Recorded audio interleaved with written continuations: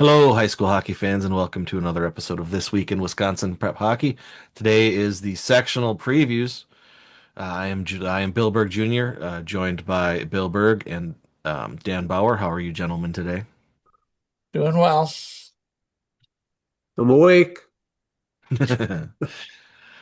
We'll start in Division Two with Section One. In the regional final, Amory beat Spooner 5-1. Rice Lake beat Whistle Flag 4-0. Hayward beat the Northwest Icemen 7-2, and Ashland beat Chequamegon Phillips Butternut 9-1, setting up sectional semifinals between Amory and Rice Lake, 1-5, and then Hayward and Ashland 3-2.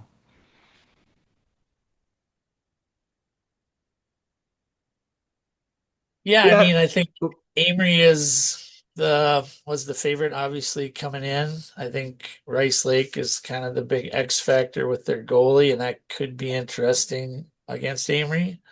And then Hayward, I think, is kind of a little bit of a sleeper too. Had maybe not the regular season they wanted to, but have played better. So yeah, I mean, I think that one's still pretty interesting. Maybe Rice Lake and Hayward are going to end up meeting after all. They could both pull off upsets and be in the section final. Yeah, I know from looking at the voting and stuff that we've got going on, that all of the coaches over in the western part of the state have a great deal of respect for Rice Lake's goalie, and I should really try to Hayden Van remember his. Gilder. Pardon me?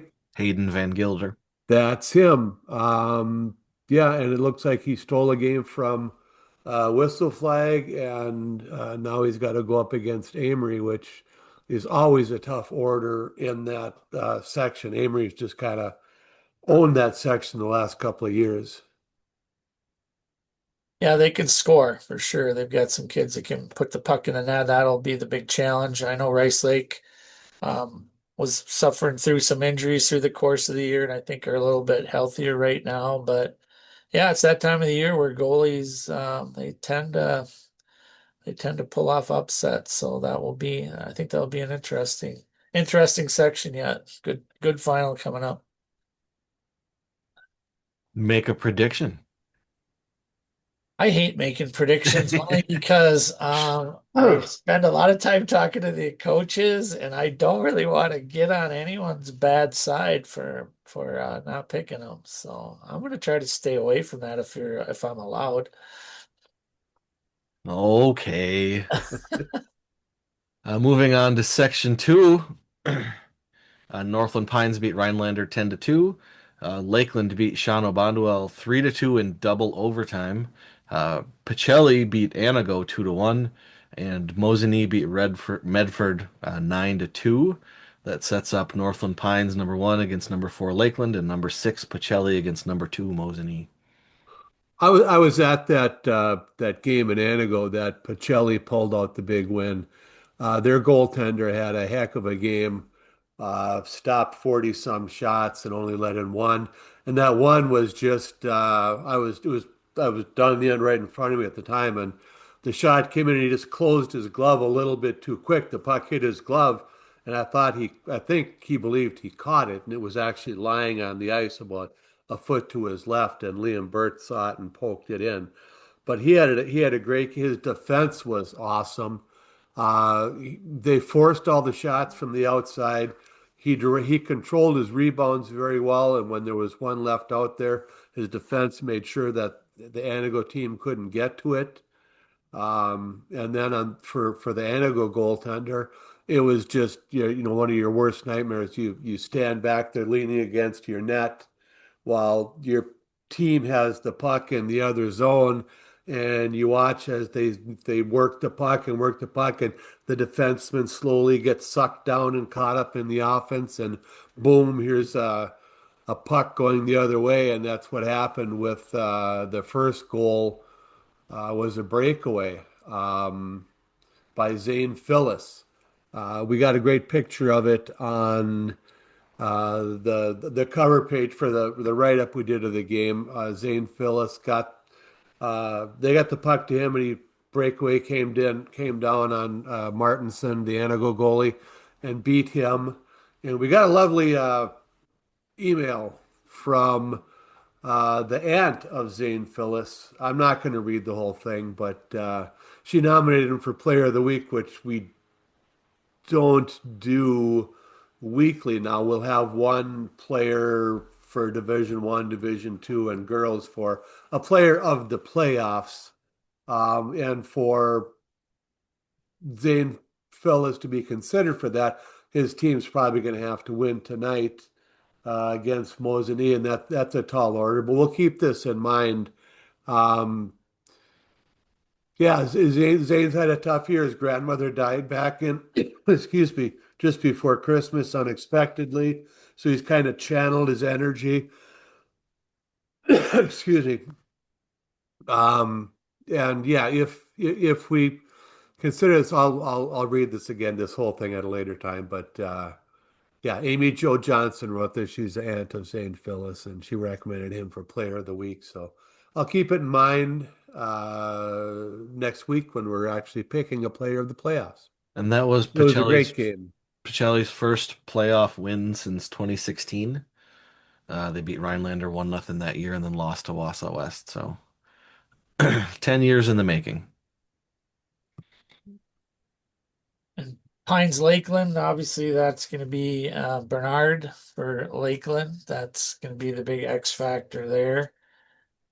He has certainly been capable of pulling off big games through the course of the year, but I he mean, did he did have one last week. right. Shawano outshot them 60-31 in that 3-2 overtime win for Lakeland. So he stopped 58 of 60 shots in that game. Yeah, he's definitely, that I mean, Pines has some players that can score and have had a really good year, but this is one of those dangerous games, I think, for Pines, with facing a goaltender like that has that kind of ability. So, but that's what makes this time of the year so interesting. And Pines at home is tough to beat. Since they expanded the size of their rink, I think it's mainly only maybe probably only a one goal advantage for home ice now. It used to be two. I used to swear they had a two goal advantage every time they played because their rink was so uniquely laid out and with the small neutral zone, and they knew how to play and take advantage of it.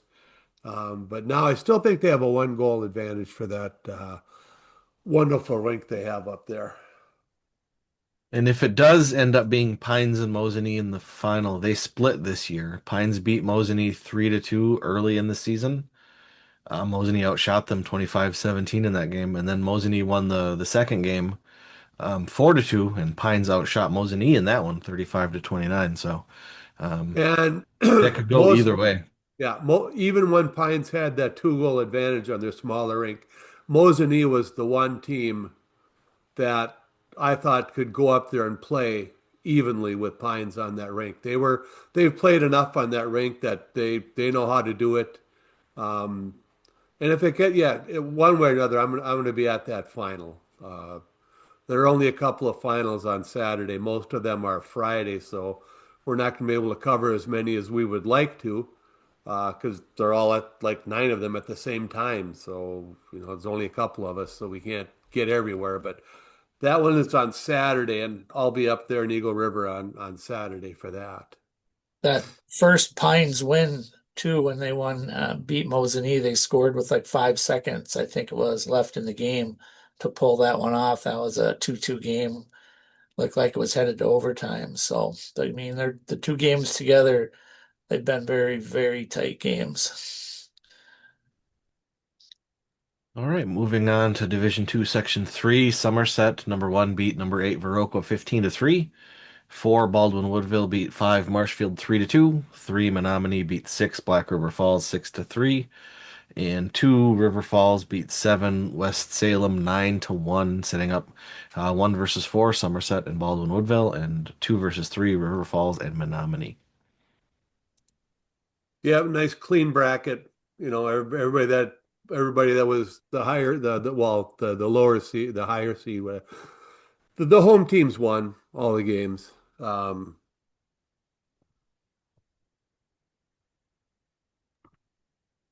Marshfield played Baldwin really tough. They got down 2-0 early and then came back and tied it up. And Baldwin, netted a goal in the second period to make it 3-2, and there was no scoring in the third. Landon Veenendahl, who was one of our finalists for the Hillebrand Award last year, had a 9:31 in that game, stopping 27 of 29. Um, Baldwin doesn't have the offensive punch this year that they had the last couple of years, so they rely on their goalie more this year. It's going to be a tougher road for them against Somerset. Yeah, Somerset's got some kids that can score points.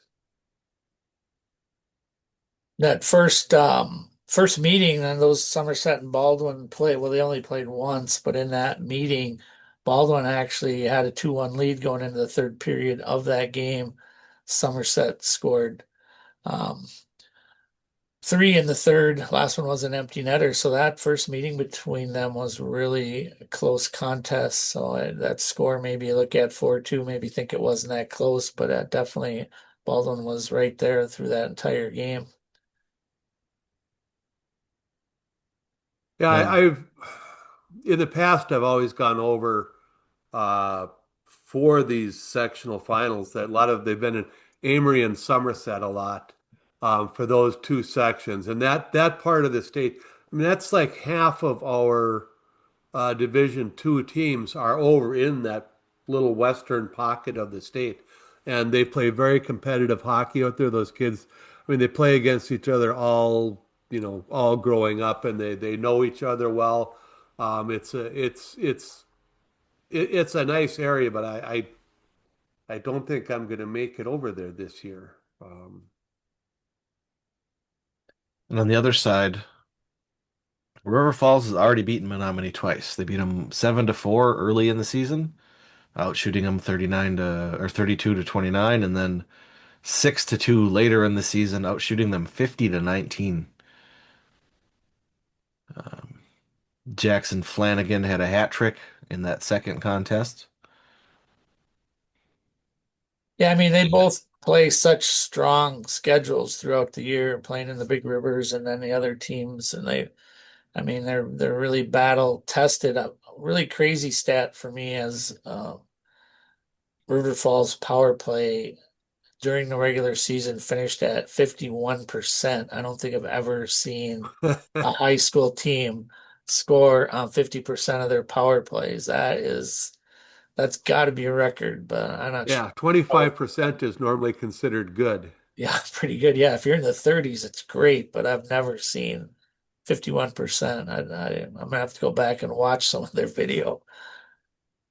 So Well, I'm bothered won't by take River any Falls. penalties. Yeah, don't take any, you're right. I'm bothered by River Falls because they have a forward named Calvin Vesna, and you shouldn't be a forward if your last name is Vesna. You should be a goalie. Maybe tried it, didn't like it. The trophy's still got his name on it. Probably had parents that were smarter than to let him be a goalie, maybe. Yes. All right, moving on to sectional four.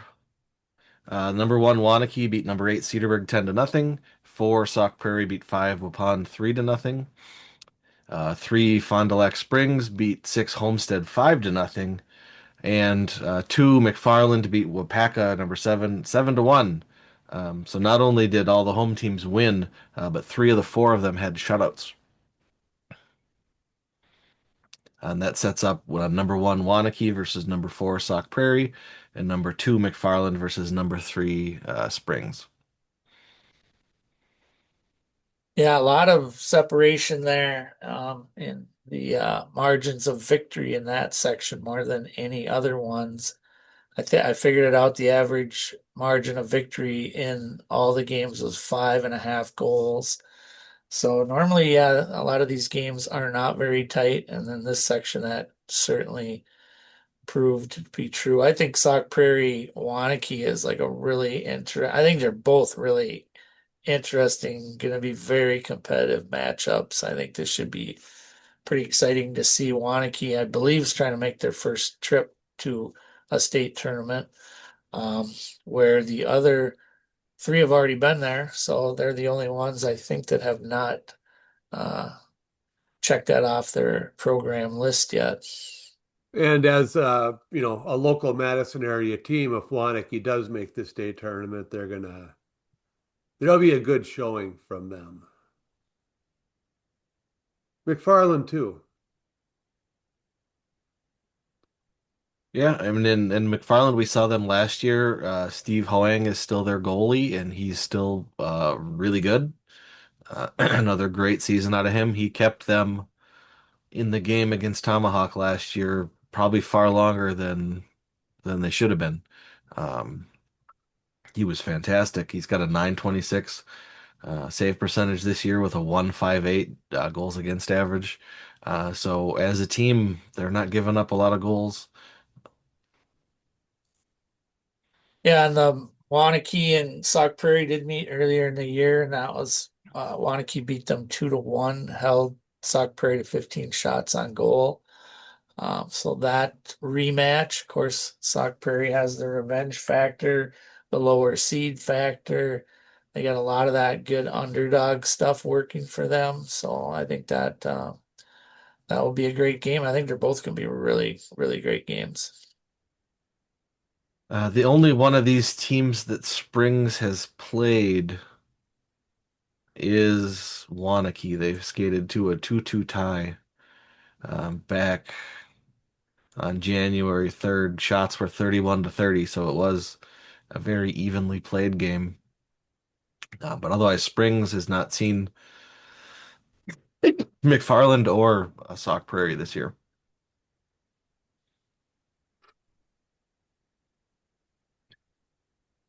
All right, moving on to the girls. Section 1. Where'd I go? The number 4 seed Wisconsin Valley Union lost to the number 5 seed Northern Pines Eagles 4-3, and the 3 seed Hayward beat the 6 seed Medford 17-0. That sets up number 1 Central Wisconsin Storm against number 5 Northern Pines Eagles, and number 2 Superior versus number 3 Hayward Hurricanes. Yeah, the Pines upset was pretty significant upset. I think Wisconsin Valley been playing pretty well down the stretch, and I saw them play a couple different times in February, I think, and I was pretty impressed with the improvement they've made throughout the season. And but that was again that kind of the case of the hot goaltender, and Lucy Nowak showed up and did what she does best, which is stop the puck. And lo and behold, an upset was born, and went to overtime. Um, just a good game. The Hayward Medford game, I got no comment on that. I don't understand that, but it happens, and I've done it myself. But yeah, I hate to see those kind of scores, but does set up some interesting matchups. Nowak against Central Wisconsin. That will be a good challenge, and they played during the regular season. Both those games, I believe, were 3-1, both of them. Were close. So she has shown that ability. And if you can keep your Kufsky and Kelter off the board, you have a chance against Central Wisconsin, I believe. And of course, Hayward Superior. I mean, they play each other seems like all the time, and that will should also be another great game. That'll be their third time they meet this year too. Yeah, Pines has lost to the Storm twice, 3-1. They lost to Hayward 2-0. They had a game against Superior canceled. I'm going to assume that was weather. Um, so they've been right in there, in all of them. They just don't have the punch to get over the top so far. About that Hayward Medford game, 17-0. It should be noted that Hayward scored 11 goals in the first period, and then backed off and only scored three in the second and three in the third. But yeah, you don't. Well, you've been on lopsided game. You don't back off in the first period. Um, you just you play the first period. So with 11 goals in that period, then they backed off and just kind of cruised through the rest of the game. Yeah, it's hard to see those. I've been on both ends of them, and honestly, if you ask most coaches, they don't like being on either side. But yeah, they do happen. But Superior Hayward matching up again. That should be a pretty good contest. Superior's without their number one goalie. She's been out for um, quite a while now, over a month. I think like 6 weeks. So last year they went into the playoffs. They didn't have Benson, who was their leading second leading scorer. And so now this year they're heading to the playoffs again without a key part of their team. But it'll come down, I think, to Adeline Benson and McKenna Hutchinson and net for Hayward, and that'll be kind of a standoff between those two. If Benson can get some pucks past her, Superior probably has a good chance to win, and if Kenna can shut her down, I think Hayward has a chance. Hayward struggles to put the puck in the net. That's their biggest downfall. So, but it sets up to be a pretty interesting game. Yeah, I'll be at the other one. Brett and I will be doing excuse me, a doubleheader tonight at Marathon Park. So we'll be at the Central Wisconsin Storm versus Pines Eagles game at 5:30 or 5 o'clock tonight. All right, moving on to section two. Number five, Hudson beat number four, Black River Falls 3-2. Number three, Western Wisconsin Stars beat number six, Chippewa Falls Menominee 4-1. And number two, Eau Claire Area Stars beat number seven, Coulee Region Cyclones 7-1. Setting up one versus five, St. Croix Valley Fusion versus Hudson, and two versus three, Eau Claire Area Stars versus Western Wisconsin Stars. Yeah, I was at the Hudson Black River Falls game last week, and that was a really entertaining game. Kind of set up, looked like it was going to be things were going to be set up for Black River, like they like them. They managed to get themselves a 2-1 lead early in the third period on a shorthanded goal. After they had not played great, honestly, the first period they did not play well at all. Hudson showed up with just flying and outshot them 12-1 in that first period, but got out of there with a scoreless tie. And then Cameron Steele scored that shorthanded goal 5 minutes into the third, and they're up 2-1, and they're normally pretty darn good at locking the game down defensively. And it looked like that was going to indeed happen. And then kind of a routine play with just over 2 minutes to play.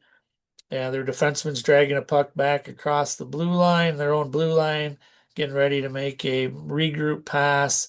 And when she goes to let the pass go, basically just fanned on it, just barely went over the top of the puck. The puck dribbled away, and the forechecker for Hudson right on top of that puck, jumped on top of it, attacked the net, and scored.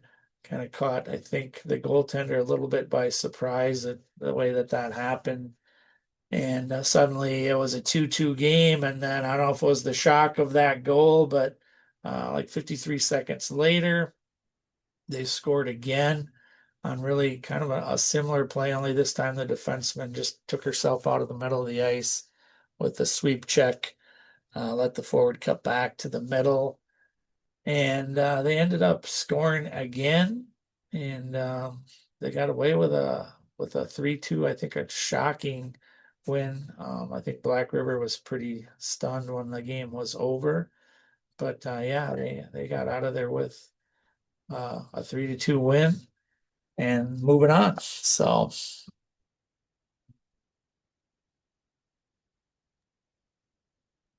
And haven't Western Wisconsin and Eau Claire played each other like 12 times this year? it feels like those that feels kind of like the boys part of that the section, the boys D2. I feel like they all play each other a lot through the course of the year. I don't think that many times, but yeah, there's definitely very familiar with each other for sure. I know the coaching staffs, just talking a little bit to uh, Matt Cranston at St. Croix Valley. I know he has a ton of respect for what Matt does with Hudson, and I know that Hudson is a team that everyone fears comes playoff time. They play a really tough schedule, but come playoff time, they seem to be able to get things heading in the right direction. So that should be a great game in Baldwin. And then Western and Eau Claire Altoona. Of course, Eau Claire was kind of the Cinderella team last year with all their overtime victories. Wound up going to the state tournament with Bob Stowe on their first year as their coach. And yeah, I think these are going to be two outstanding games, and we could see some overtime out of one or both. Yeah, Eau Claire and Western Wisconsin split their two games. Shots in both games were 24-23 in favor of Western Wisconsin, but one shot difference isn't really a big deal. Eau Claire won the first one 3-1. Western Wisconsin won the second one 3-2. So that should be probably a 3-1 or a 3-2 game here tonight. Moving on to section three, the number four Fond du Lac Warbirds lost to the number five Fox City Stars 3-1. The number three Lakeshore Lightning beat the number six Arrowhead Warhawks 7-0. And the number two USM Wildcat Co-op beat the Brookfield Glacier number seven 3-1. So that was two close games and then one not close game.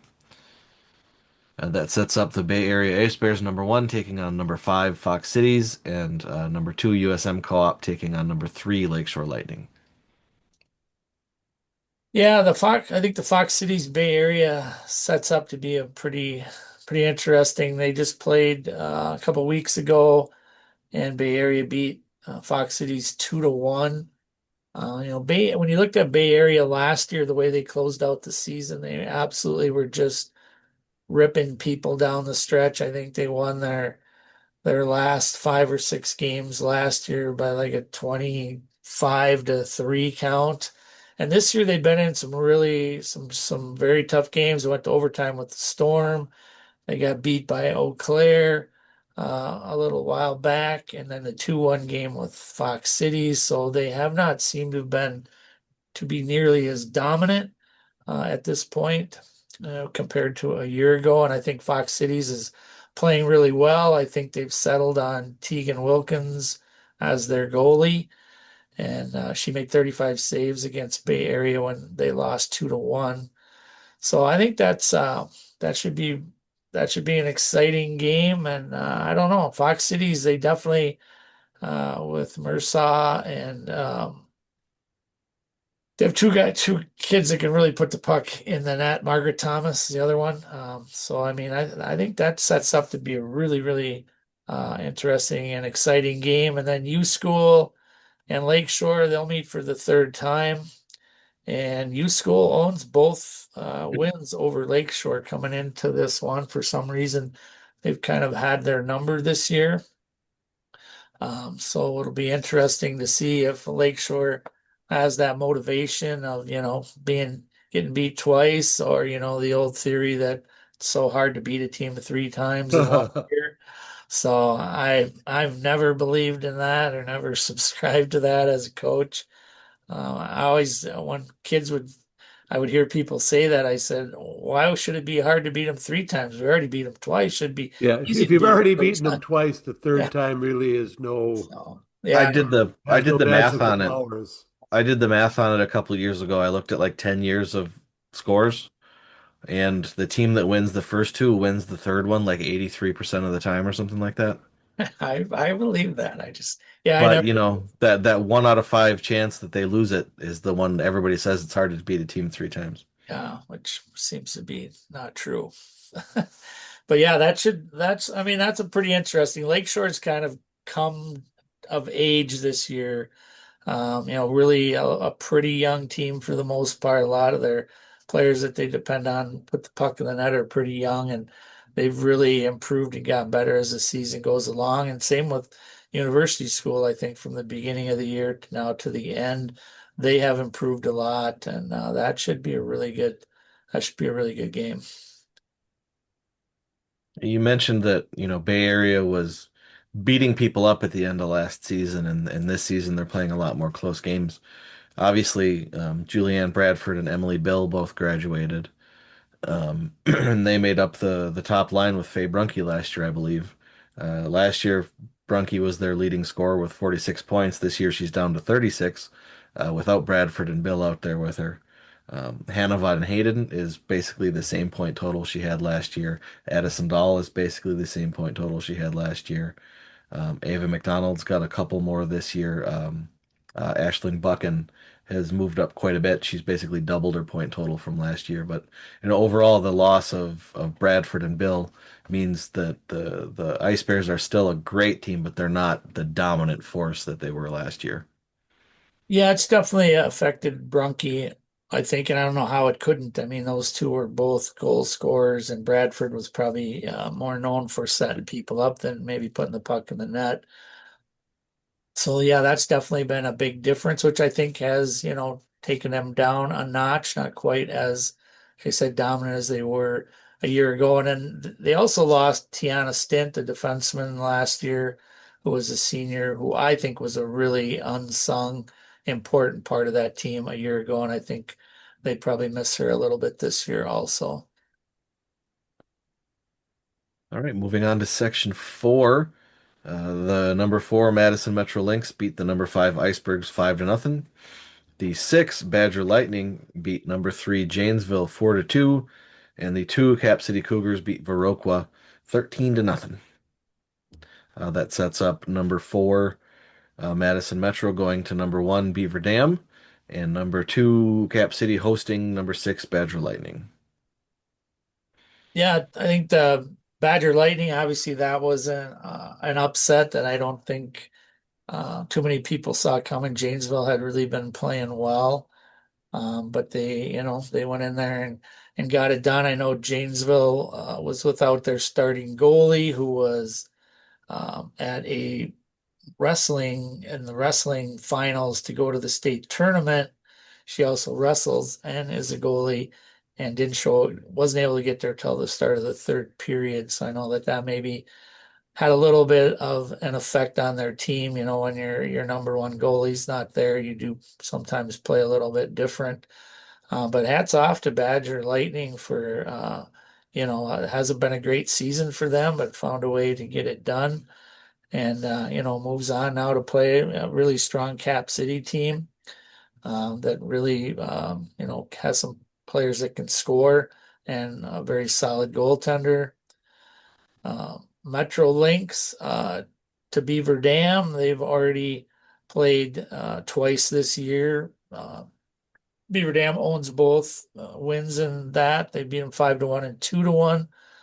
But the shots on goal in the two games combined was Beaver Dam 51-45, which is pretty close. Addie Bazell has that ability to really steal a game for the Metro Lynx, and I think they are another team that has been playing a lot better. Maybe not seen it in their one loss record, but I did see them play Janesville later in the year, and I thought they played a really good game against them that night and lost in overtime. So I think Bazell has the chance to steal it for them. And, Beaver Dam has had another back-to-back great year, won the Badger Conference again, have the state's leading scorer in Brenna Rhodes. So that will be, Rhodes against Bazell maybe is the matchup to watch in this game. I'm looking at the Janesville Badger Lightning game, and I see that Piper Aker played the first two periods, and Jesse Demarasi played the third period. At 0 minutes and 0 seconds of the third period, a penalty is listed that says substitution infraction. Yes, I asked their coach about that. And so what happened was when they found out that their goaltender, I think it's Demarse, I think is how it was pronounced, was going to be in the state or the finals to go to the state tournament for wrestling. So then they scratched her, they crossed her off the roster at the beginning of the game. Then she showed up for the third period. They didn't know if she was going to make it, so she makes it, and they put her in the game without, I guess, anyone thinking about that or whatever. And so then they got a penalty for an illegal, what was it? Illegal Substitution yeah, infraction is how it's listed on substitution here, but infraction. Yeah, that was, yeah, strange. Not but I guess it happens, huh? Yeah. Uh, got confused there for a second. All right, and then moving on back to the boys for Division One. In Section One, the section of death, a couple different games here. Tomahawk beat Eau Claire and then lost to Hudson 8-6 in what was a fantastic game. Eau Claire Memorial beat Wisconsin Rapids. Superior beat Wausau East Maryland United, and then Superior beat Eau Claire Memorial 5-2. So that's the 4 seed moving all the way back up. Spash beat Chippewa Falls after Chippewa Falls beat Regis Altoona McDonald, and Wausau West beat New Richmond after New Richmond beat DC Everest. Wausau West required overtime in that win over New Richmond, but in the end, we do get 1, 2, 3, and 4 lining up in the sectional semifinals in Section 1. Yeah, I was at the excuse me, I was at the DC Everest New Richmond game, and New Richmond played inspired hockey, and the Evergreens did not. I hadn't seen them play much this year, even though they're right over there. I didn't get to many games, but yeah, New Richmond was just buzzing the net. They were just having their way with Griffin Bonnell, the DC Everest goalie. Um, they would put the puck on net and they would just crash, and a couple of passes here and there. The Everest guys just did not seem too intent on breaking up the little passing game that New Richmond was pulling in that game. And they scored 5 times on Manel, which I didn't think would happen. And then they carried that momentum into the Wausau West game, and came close to upsetting the second seeded Warriors too. Richmond was, like I say, they're playing inspired hockey and really taking this second season seriously and gave it a really good run. I watched most of the Hudson Tomahawk game on stream, and when I turned it on, Hudson had a 4-1 lead and was out shooting Tomahawk like 24-6. And I'm like, well, that's not going very well. And then a couple minutes later, Jet Riley scored a beautiful goal, um, sort of like Matt Boldy's goal in the gold medal game, where he just flew through two defensemen who kind of waved at him feebly. And then he beat the goalie to make it 4-2. And I'm like, all right, 4-2 is a respectable score. That's pretty good. Then Hudson answered right back. And then with 7 seconds left in the second period, Cole Peterson from Tomahawk's less scoring second line um, potted a goal to make it 5-3. And then Tomahawk came out just on fire to start the third period. Braden Lamer scored 15 seconds in. Jonah Dickens scored 3 minutes later. Jonah Dickens scored again 4 minutes after that. And all of a sudden, Tomahawk is up 6-5 on Hudson. And they held that lead for 7.5 minutes until Hudson tied it up at 14:34 with a power play goal. And then they added another goal. Um, Kind of a heartbreaking goal to see when you're a goalie. There's not a lot you can do. It was a shot that missed the pipe on the near side, hit the boards behind the net, and flew out on the other side straight onto somebody's stick. And if you're a goalie in that situation, you're kind of screwed. He put it in, and then they added the empty netter at the end. But yeah, until 14:34 of the third period, like I thought Tomahawk was ready to pull the upset. It was a lot of fun to watch. They got outshot a lot in the first period, 21-5, 15-6 in the second. Third period, they were shot for shot even with Hudson, 7-7. Tiny little school. It was a hell of a lot of fun to watch. Yeah, I have to join the ranks of people who owe Tomahawk an apology. I mean, I know the WIA owes them an apology, and the sectional seating people owe them an apology.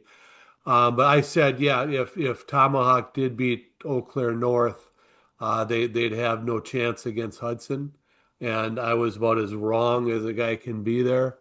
Um, Brett was the game started later than the game that Brett and I were at, and he had the game on his phone streaming, and I don't know you know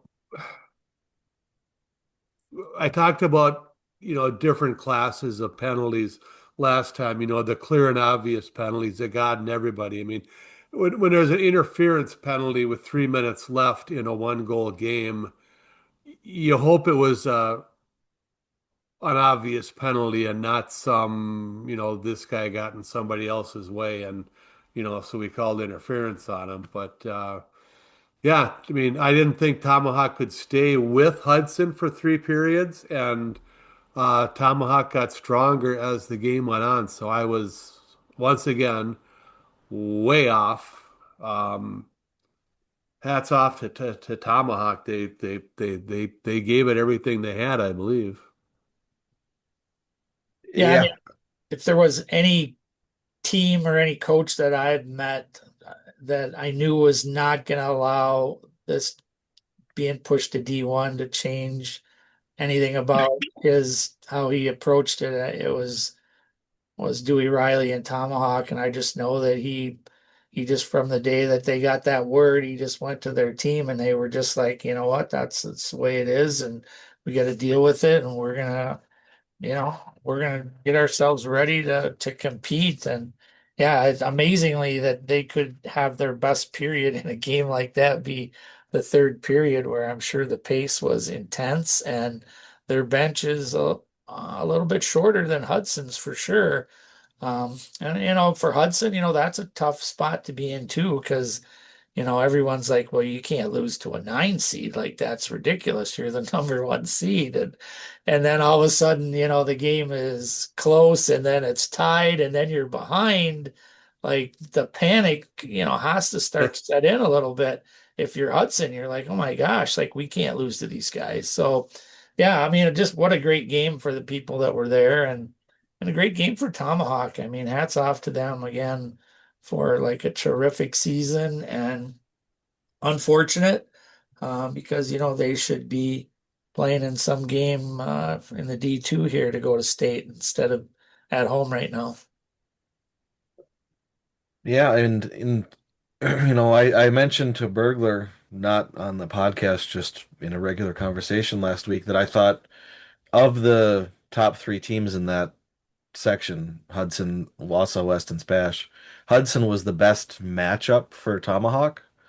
And the game did not turn out at all how I expected that matchup to go because I said of those three teams, Hudson has the least explosive offense and the best defense. And then somehow the game ended up 8-6 with the least explosive offense and the best defense. Um, so, you know, sometimes things don't work right. And the other side, Spash and Wausau West are playing. Burglar will be at that one. It's the rubber match between the two teams. Spash beat up West pretty good the first time they played, and then West came back and beat them. I think it was 4-2 the second time they played. Yeah, and I think, there again, you look at that bracket, like same thing, kind of kudos to New Richmond for being a 10th seed and going in and taking the number 2 seed to overtime. That section is just so unbelievably strong when you can have, a 10 seed who almost made it to the semifinals and a 9 seed that almost made it to the semifinals. I think that says a lot about the depth. Number 1 and number 2, probably that seeding process was a little bit off the mark. I think the loss in the regional final will send New Richmond back to Division Two next year. I think their point total will drop below the threshold. Tomahawk will have another year in Division One, though. Yeah, they need to fix that formula. That needs to be stretched out longer. I think, or there just needs to be a clause in there that says if we're the smallest team in the state, we just get to stay at 2 if we win every year. Yeah. So that's section one. The top three teams in the state and the most championship winning team in state history are your one, two, three, and four. Moving on to sectional two. Nina, number one seed, will take on four Fox Cities. Nina beat West Bend 8-0, and West Bend had beaten Oshkosh 3-2. Fox Cities beat Sheboygan 5-3, and Sheboygan had beaten Manitowoc United 9-0. In the bottom, the number two seed De Pere Voyagers take on the number six seed Bay Area Storm. De Pere beat Fond du Lac Cardinals 7-2, and Fond du Lac had beaten Beaver Dam 6-1. And Bay Area beaten Notre Dame Academy, finally for them, 2-1. And Bay Area was at the sixth seed, so they beat Appleton United 12-0 in the first round. And I looked it up. That's the first time Notre Dame has failed to get out of the regional round since 2009.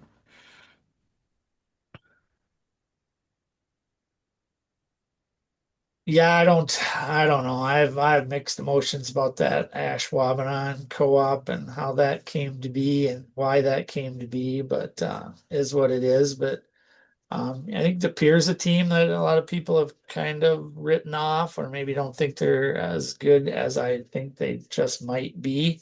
And Nina and Fox Cities, that'll be their, I think, third meeting, correct? And Nina's won the first two, so here we go. Can you beat him for a third time? Yeah, yeah. Nina beat them in their regular conference matchup, and then beat them in the championship game of the Badgerland tournament. So Fox Cities has some scoring power, but Nina's just a solid team. I saw them play Wausau West, and they outplayed West, but uh, Julian Scalcucci had a heck of a game for Wausau West, and DePoit uh, scored a couple of goals late in that game to put uh, West ahead, but good solid games. Both of these games coming up. Nina and Fox Cities, Bay Area Storm and De Pere. Kind of an overlooked sectional for us. We don't really get over there very often, so we don't see these teams a lot personally. But four solid teams facing off over there. I was talking to Chris Learman, the broadcaster for the Bay Area Storm, formerly the Bayport Pirates. Um, and we were talking about how after the game, several of the Ashwaubenon contingent of the Bay Area Storm said they had never had a hockey game experience like that. Like they weren't on the ice for the last several years of Bayport versus Notre Dame. So to be on the ice and have that crowd in a full Cornerstone Community Center, they'd never had anything like that before. And then to beat Notre Dame, like it's Christmas and their birthday wrapped up all at once. Um, yeah, that was a big one for them, and I think they're a good team. Whether they can get past a peer remains to be seen, but um, this should be a good one. And Nina, I think, or Nina, when you look at them, they've gone through the majority of this year without maybe what some people would say was their best hockey player, and Zinda being out since early in the year. So that was a big loss for them that they have recovered from. Yep, and they're the ones that knocked off Spash, I believe, for the first time this year. Spash's first loss, I think, was to Nina, and their second loss was to Hudson. And their third was to West. Spash came back and avenged that loss, but Nina is still they beat what was at the time the number one team in the state. So that's pretty good. Bay Area for their part, they are now in that dangerous position of having the huge emotional letdown, where you win a game that means that much that you've been working that many years for, where you kind of come out and drop a stinker in the next one. So their coaches are really going to have to be on top of them going into that game tonight.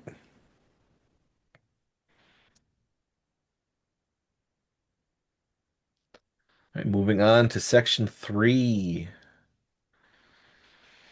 Section 3, number 1, Madison Edgewood takes on number 5 on Alaska Lacrosse.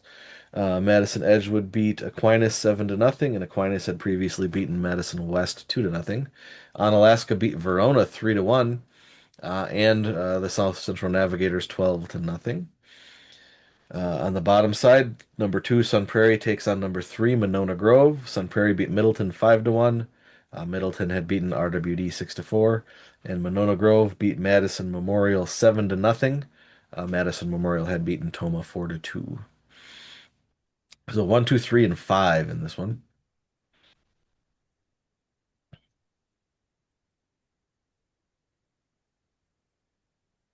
Yeah, big win for Onalaska, I think, for them to get to this point. They had a really, really good season, but I don't think they got very much respect throughout the course of the year. They kind of did a lot of that below the radar, so to speak. So I'm exciting for them to get the opportunity to play Edgewood, which, of course, Edgewood has had another tremendous year and is the defending state champ. So that'll be interesting. And then I think Monona Grove and Sun Prairie, also kind of two teams a little bit under the radar throughout the course of the year. Both had really good seasons from a one-loss standpoint, but didn't get a lot of recognition in the as the top, group of 10 teams in the state. So, um, Edgewood's got to be the favorite for sure coming out of there, but some teams with a lot to prove should make for an interesting couple of games. Yeah, I probably shouldn't say it, but I will anyway. We both this section and in the girls' Madison area section, they both seem to be like the weakest sections in each group, and I don't know what happened to hockey in the Madison area. We talked about, what happened to hockey in Appleton and the Fox Valley, but I mean, Madison used to rule the roost in terms of hockey in Wisconsin. I mean, trickle down from the Badgers. I mean, Madison Memorial and Madison East. I mean, they had some, and Verona was tough for a excuse me, for a long time. Um, those schools just don't seem to dominate hockey the way they used to. I don't know if they just don't have as many hockey players down in the Madison area anymore. I mean, and I don't, we have several, teams had to co-op. What used to be Madison East merged with La Follette, and now they've merged with Poinette and DeForest, and I don't know if I don't know what happened to hockey in the Madison area. It used to be a dominant area, and it's just kind of an also ran section now. It's like, we got to send somebody from this section. To be fair, Madison Send your Edgewood hate did mail win. to trasher at To be wisconsinprephockey.net. fair, Madison Edgewood did win the championship last year. They did. Like they have Um, all the players in the Madison area. but I mean, you talked, a couple minutes ago about how you thought the DC Everest New Richmond game, Everest was uninspired. Um, Everest beat Sun Prairie 2-1 2 weeks ago and outshot them 33-20. And I was at that game, and like I was excited to go watch Sun Prairie because they had what, like two losses on the season at that point. Um, and I left that game kind of disappointed. I'm like, whether it was bus legs or something else. That was not the team I was hoping to see. And And that now was the the seven seed in section one versus the two seed in this section. Yep. And I think when you look at the Madison area, I think what's happened is just the migration of all the city school kids to the suburbs. I mean, they've added so many different programs around the perimeter, in Madison, that I think that has pulled kids out of those city schools, and that's happening, I think, in a lot of places, Twin Cities and wherever you want to go.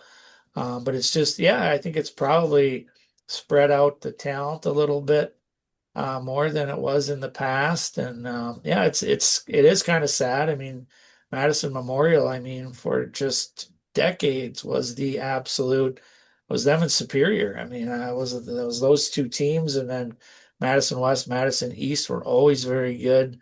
La Follette never probably achieved that status, but those three you could expect to see probably two of those in the state tournament a lot of years when back many, many years ago. But yeah, it is kind of unfortunate. On the girls' side, I think it's been part of that's been some or some year-round AAA, AA, whatever, tier one programs that have taken a lot of the good girl players away from the Madison area. So it's just is what it is, I guess, at this point. Yeah, I mean, like the East, La Follette haven't been good since Craig Smith left in 2006.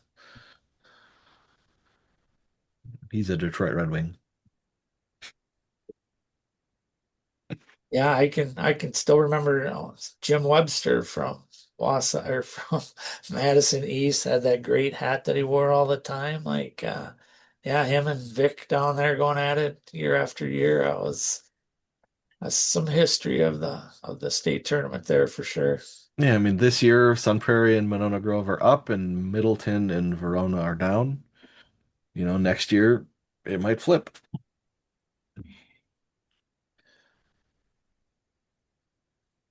Section 4. Number 1, University School taking on number 4, Kenosha. University School beat Marquette 6-1. Marquette beat Arrowhead 8-1. Kenosha beat Waukesha 4-3. Waukesha had beaten Monroe 7-0. On the bottom half, Muskego takes on number 2. Muskego takes on number 3, Brookfield. Muskego beat Oregon 7-2. Oregon beat Janesville 5-1.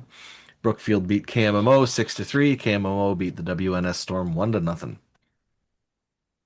And Brookfield actually had to do they didn't get a bye in this one, so as the 3 seed, they beat Beloit Memorial 13-1 in the regional semifinal.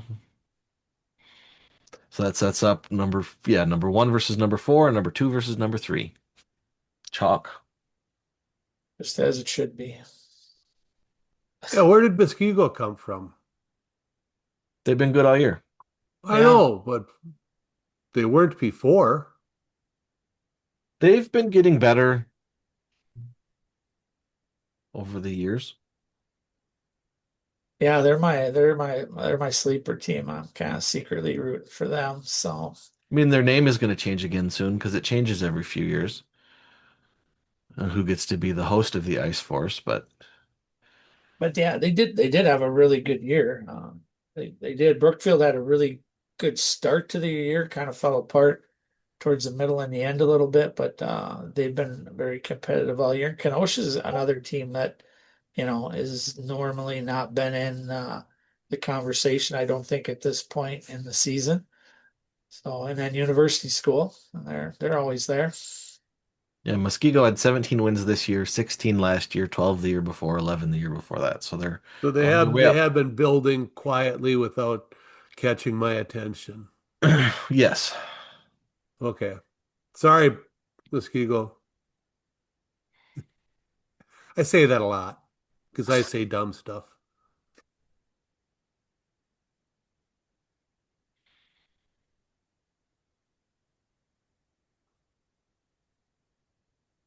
I think University School is a weird team.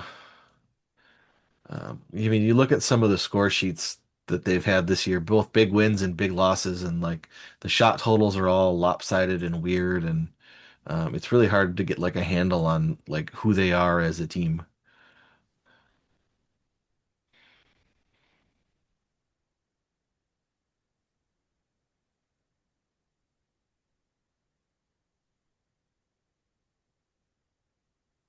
And then our chance to see them got canceled by weather Oh yes, we were When the supposed to see them Pines at the Classic got Northland or at canceled. the Northland Pines Classic 30th edition this year. Yeah, I mean, their losses have all been to really good programs. I mean, they lost to West, Spash twice actually. Lost to Notre Dame. They got a 3-0 loss to Chippewa at the end of the year, which was probably a little unexpected. But yeah, I mean, most of the teams that they have beaten them have been good. The loss to West was by a goal, Brookfield by a goal. So yeah, they've That been. loss to West was one of the ones I was talking about. They lost 2-1. They outshot West 55-30 in that game. I mean, Julian Scalcucci is good, but come on. If you're going to put 55 shots on the goal, some of them have to go in. Their loss to Brookfield was 2-1. A University School outshot them 40-22. Um, Even their 6-1 loss to Spash, University School put 32 pucks on net. It's just that none of them went in. Um, their second loss to Spash, 3-1, University School outshot them 47-25. Once again, one goal. It's like I don't know what's going on with their game plan, but they throw a lot of pucks at the net and not a lot of them go in. So they don't have finishers. They do That's not. that's kind of a weird talent. I mean, some players just know how to put the puck in the net. All you have to do is get them in front of the net, get the puck to them, and they'll put it in. And some guys can do everything on the ice, come down, and then, hand the puck to the goalie. Yeah, like even in that 3-0 loss to Chippewa Falls, um, the February 7th, University School put 47 shots on net. It's like they turn every goalie they play into like an award winner.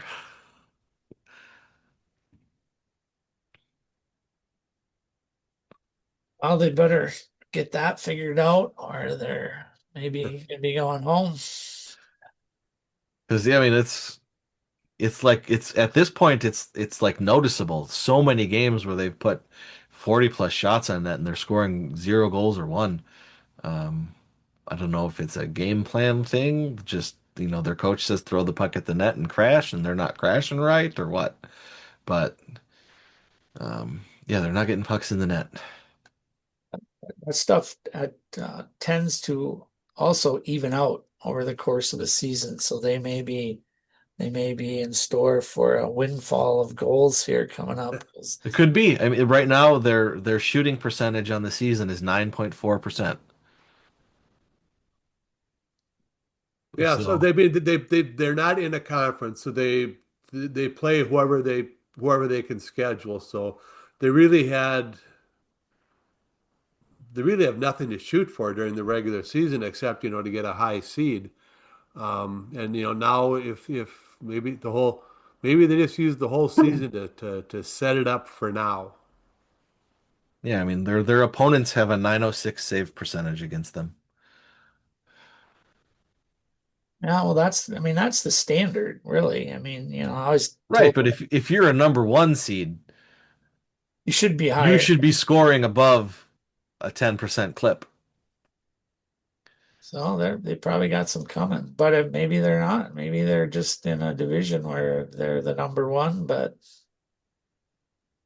we'll see. Because yeah, I mean, I always subscribe to the theory of, we're out shooting a team 30-10 and we got one goal. I'm like, we're gonna get two goals here pretty quick because it's just that's the law of averages. So let's keep shooting. That's all you can do. I mean, throw the puck at the net and good things will happen. You Yeah, miss 100% of the shots you don't take. I know, but I mean, I've heard all those, and I believe in some of them a little bit. But I tell you what, the games I watched this year, 80% of the shots go in the goalie's stomach, and I just Yep. you give those kids that same shot in warm up, and they're clinking them off the crossbar, and they're just hitting corners right and left. You put them in a game, and it's right in the stomach. I I did something with one of my squirt goalie last night at practice where we were doing a drill and he wasn't getting his right leg pad all the way down, so pucks were sneaking under his leg. And it's been happening a lot the last couple of weeks. I'm like, here, just get in your butterfly and don't move. And we continued the drill. And the next, I think it was 9 shots in a row, hit him in the leg pads. He didn't move. He got in his butterfly. The players could see him coming. He just sat there, and the next 9 shots hit him. I'm like, yeah, people don't know how to shoot. To Yeah. compare, Spash's shooting percentage this year is 17.6%, which is a lot higher than 9.4.